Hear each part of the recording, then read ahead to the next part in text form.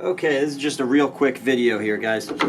I just wanted to show you a special jig, a very simple jig, for cutting the excess headplate material and cutting that square to the surface of where the fretboard will be, and square to the sides of the neck. So this simple little jig, let me just push this out a little further. So this simple little jig is nothing more than a block with a relieved area towards the front, the area where the saw will bear against.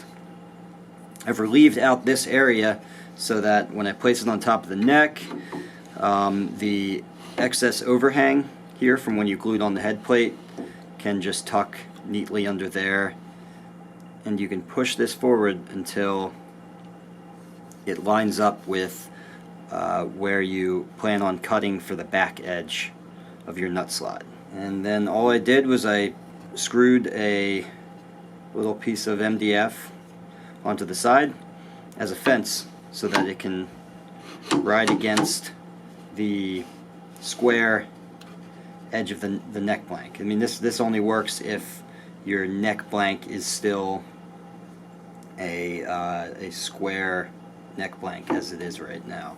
I haven't changed the relationship of this edge to everything else yet, so it's reliable. And then all I do is I can clamp that in place just like that, and I would saw away right there. I'm not going to do that just now. Now, ordinarily, without a jig like that, you would have to clamp something to this surface and try and line it up as best you can. And then the even harder part is, with something clamped to this surface, you then have to try and cut just by eye this 90 degrees to this surface. Because whatever you clamped, let's say we clamped this down on here, is going to be not 90 degrees to this surface, but 90 degrees to the 15-degree peg head angle. And so that kind of makes it hard to get a 90-degree cut going down like that. The other way to do it without making that little jig is simply to take, these are basically the same, serve the same function.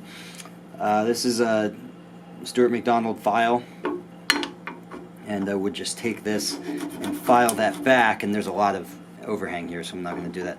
File that back until it's square, and I would just continuously check with my square until I get there. Alternately, if you don't have a hefty file like this, you can simply stick some 80 grit sandpaper or coarser sandpaper if you have it. Maybe 60 grit would be pretty good, and just file it back like that. It's cool because with this thing you can get that 90-degree cut by having the jig bear against the fretboard mating surface of the neck blank. There's no strict measurements for this, but I mean, if you're the kind of person who needs measurements, let's see, 4 inches wide, 6.5 inches long. Again, these measurements, I didn't work these out before I made these. I just grabbed some scrap and glued them together. And then the fence, I just screwed back a little ways from the routed area so that it wouldn't get in the way.